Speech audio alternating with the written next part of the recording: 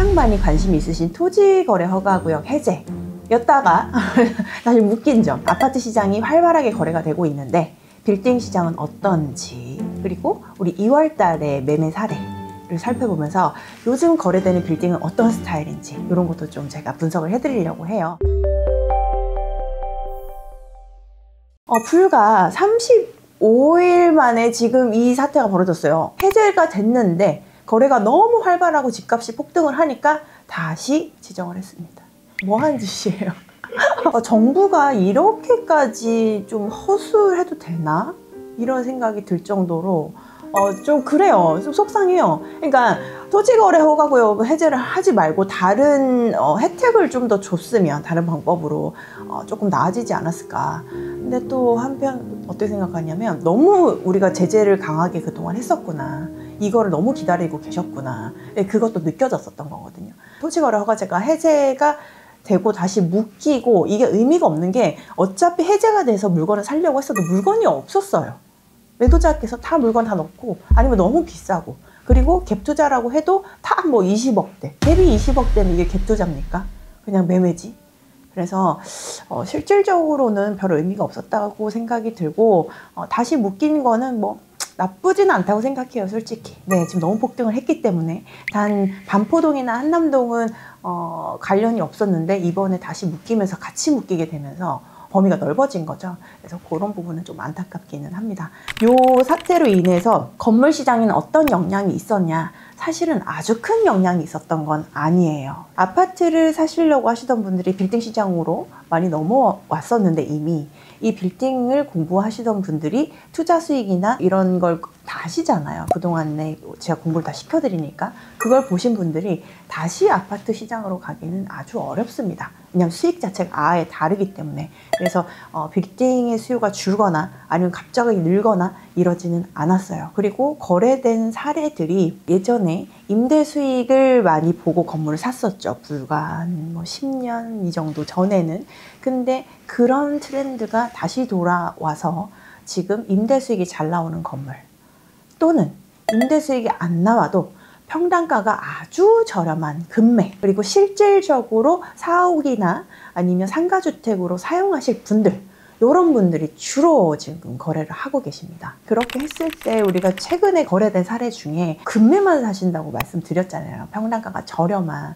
그래서 좀 속상한 매물들이 몇 개 있었어요. 지금 제가 보여드릴 반포동 매물이 있는데 좀 매가가 가볍진 않아요. 그러니까 제가 항상 말씀드리는 거는 평당가가 가장 중요하긴 하지만 덩어리라 그러죠. 매매가도 중요합니다. 평당가가 저렴하더라도 이게 100평이면 나중에 팔 때 무거워지거든요, 매매가가. 그럼 받아줄 수 있는 수요층이 확실히 줄어들기 때문에 이런 것도 신경을 쓰셔야 돼요. 그래서 지금 먼저 부정적인 사례를 먼저 보여드리려고 합니다. 이 매물은요, 보시다시피 반포동에 위치해 있습니다. 신논현역과 논현역 사이 신분당선이 생기면서 2, 3년 전부터 우리 반포동이 각광을 받기 시작했어요. 그러나 반포동은 서울특별시 강남구 반포동이 아니고 서초구 반포동입니다. 엄연히 서초동이란 말이죠. 네, 그리고 반포동 같은 경우에는 신분당선이 생기기 전에는 굉장히 빌라촌으로 많이 밀집되어 있었어요. 그래서 상권이 이게 넓게 펼쳐지기보다는 아주 그 대로변 이면 정도까지만 상권이 발달해 있고 활발하게 안쪽까지 발전되기는 어렵습니다. 그리고 언덕도 너무 심하게 있고, 그래서 웬만해서는 반포동을 추천을 잘 드리지는 않습니다. 근데 이분께서는 지금 대로변 이면이 아니고 이면의 이면이죠. 장점이 하나 있다면 가시성은 좋아요. 도로가 넓어서. 그러나 이면의 이면은 사실이기도 하고 상권이 그렇게 발달되어 있지는 않은 지역이기 때문에 한계는 있습니다. 그래서 이분이 매입을 하실 때는 노후화된 다가구 주택이었고요. 그리고 다가구 주택 같은 경우에 층고나 여러 가지 측면에서 리모델링을 하면 오히려 훨씬 나쁜 건물이 돼요. 근린생활시설에서 봤을 때. 그래서 다가구 주택은 대부분 신축을 요합니다. 그래서 이분도 신축을 진행을 했었죠. 예, 신축을 아주 특색 있게 하셨어요. 보니까 입체적으로 22년도 7월에 거래를 하셨는데 평당 1억에 하셨어요. 사실 반포동은 평당 1억이 하셨으면 조금 비싸게 매입을 하신 겁니다. 그 당시면은 뭐 어쩔 수 없으셨겠죠. 그때는 불장이었고 하니까. 총 매가를 그럼 볼게요. 평당 1억인데 예를 들어 50평이면 50억이겠죠. 근데 근데 얘는 지금 82.64평입니다. 대지가. 그렇기 때문에 총 매가가 83억 정도 됩니다. 좀 크죠? 애초에 살 때부터. 요거를 조금 간과하신 게 아닌가 싶어요. 그래서 이걸 사셔서 신축을 하셨는데 지금 요 연면적이 220평이거든요. 공사비 같은 경우에 연면적과 연관이 있습니다. 확실히 있는데 시공 면적이라는 게 따로 있어요. 예를 들면 뭐 서비스 면적이라는 게 따로 있기 때문에 일단 러프하게 이분이 얼마 들었는지까지는 알 수 없으니까 일단 연면적으로 러프하게 계산을 해보니까요. 공사비가 예상컨대 25억에서 26억 정도 예상이 되거든요. 거기서 70에서 80%또 대출을 받으실 거니까 그렇게 활용을 했을 때 지금 지하 1층에서 지상 5층 건물입니다. 그렇게 했을 때 공사비까지 포함해서 요 자금표를 제가 분석을 한번 해봤어요. 이건 저의 기밀이기 때문에 다 보여드리지 못하고 세금 부분, 취득세 등기 비용 다 들어가 있고요. 그 다음 공사비 25억에 여유비까지 넣어서 들어갔고, 그 다음 이자 비용을 제가 기간을 좀 많이 늘려놨어요. 22년 7월 매입, 지금 25년 2월 매입. 아주 단순하게 기간만 따져도 지금 2년 5개월입니다. 근데 잔금시 기준이기 때문에 조금 줄어들 수는 있겠지만 거의 2년 가까이 돼요. 그럼 24개월 동안 이자를 계속 내셨다는 거거든요. 네, 그렇게 치면 이자 비용도 어마어마하죠. 그리고 이 중간에 우리가 금리가 엄청나게 올랐었기 때문에 뭐 4.4%대의 금리를 아마 내고 계셨을 거예요. 그렇게 되면 지금 이자 비용만 해도 7억, 8억 뭐 이렇게 예상이 됩니다. 그러니까 너무했죠. 공실도 길었고. 그러니까 이분은 이렇게 얼마 초조하셨겠어요. 대략 투자금이 36억에서 37억 정도 되지 않나 이렇게 생각이 듭니다. 근데 36억에서 37억이면요 사실 반포동에서는 투자라고 권하지 않을 것 같아요. 예, 근데 어쩔 수 없는 지금 사례니까 설명을 드리는 겁니다. 그리고 이거 신축하실 때 아마 예상컨대 임대료를 3억에 3천만 원대 정도 또는 뭐 2억에 2,800만 원대 정도 예상하셨을 거예요. 이거는 제가 보수적으로 짠 거긴 한데 아마 알고 계셨을 겁니다. 예, 그렇게 했을 때는 월 잘 나오면 200만 원대 수익이 있는 거고 이자 제외하고 아니면 마이너스 수익이거든요. 이것도 좀 간과하신 것 같고 그 다음에 이제 매도를 사실 예상했을 때는 평당 1억 4천, 1억 5천 예상을 하셨을 텐데 평당 1억 2,500에 지금 매각이 됐습니다. 총 매가는 104억입니다. 104억에 매각을 하게 되면요 손에 떨어지는 투자 수익이 마이너스 10억입니다. 양소름 돋잖아.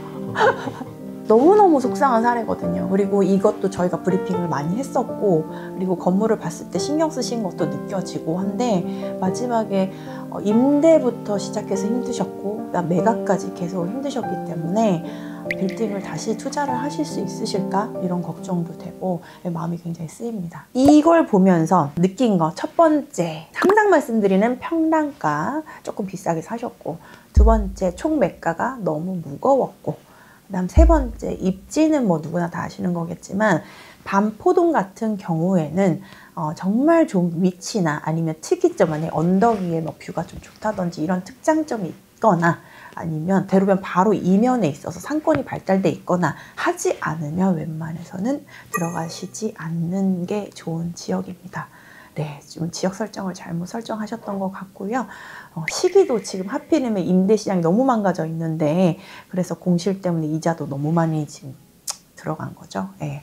물건 거래하실 때 꼭 이런 거 참고하셔서 꼼꼼하게 따져보셔야 합니다. 네, 그리고 저희 같은 중개법인에 이런 자금표 만들어 달라고 해서 꼼꼼하게 짜보시고 자금표도 주는 대로 받으시면 안 돼요. 연면적이 다 맞는지 그리고 평당 임대료가 이 정도가 맞는지 스스로 네이버 부동산 들어가면 다 나오니까 파악해 보시고 밸류맵 들어가서 평당가 거래된 거 보고 계산 다 해보셔야 돼요.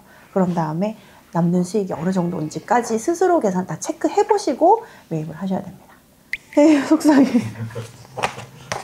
네, 그 다음 이제 좀 긍정적인 사례를 말씀드려 볼게요. 역삼동인데요. 여러분들이 보통 생각하시는 역삼동은 강남역, 역삼역 아래 뭐 이런 라인을 생각하실 텐데 이 역삼동은 그거보다 조금 상급지입니다. 왜냐? 숲뷰가 있는 서울 강남권에 있는 건물이거든요. 어떤 분은 무덤뷰 아니야? 하시는데 숲뷰입니다. 선정릉역과 선릉역 사이에 위치해 있고요. 사실 이 라인에 저는 가장 좋아하는 라인이거든요. 영구적인 숲뷰를 누릴 수 있는, 여기는 이제 언덕이 좀 많이 있고 이쪽이 평지이면서 도로가 넓고 이쪽이 상권이 발달해 있는데요.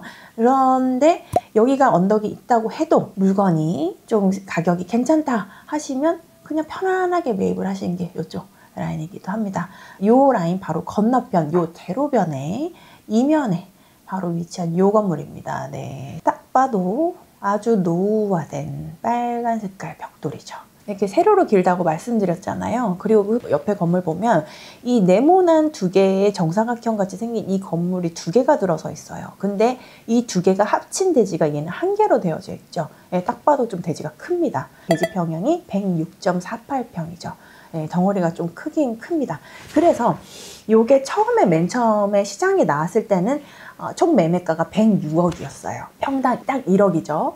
그렇게 돼서 진행이 됐는데 지금 덩어리가 크다 보니까 평당 1억에도 팔리지 않았어요. 요 라인의 주변 호가는 평당 1억 1천만 원에서 1억 3천만 원까지 나옵니다. 매물이. 근데 팔리는 매가는 평당 1억이 맞아요. 근데 얘가 평당 1억임에도 안 팔린 이유는 대지가 넓고 크니까, 덩어리가 커서 그렇게 했거든요. 문제는 이 매도자께서 사정이 좀 있으셨어요. 상속.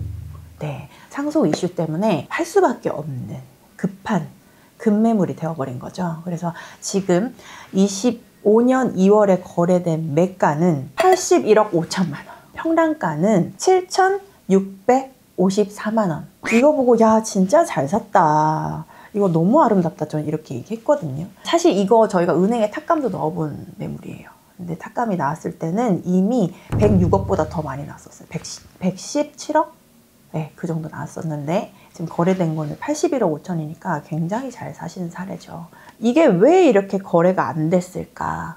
이렇게까지 평당 7천대로 팔릴 수밖에 없었던 이유가 뭘까라고 고민을 해봤는데, 우리가 그동안 정부에서 이슈가 많았잖아요. 토지거래 허가제, 그다음 양도세 개정, 그리고 뭐 용적 이양제, 여러 가지가 많잖아요. 이 중에서 양도세가 개정이 되면서 저희는 잔금전의 용도 변경이 이제 활발하게 되니까 신축도 되고 리모델도 되고 활발하겠다라고 기대를 했는데 막상 상자를 딱 여니까 어때요? 전혀 움직임이 없었어요. 평당가가 좋지 않으면 움직이지 않아요. 왜냐?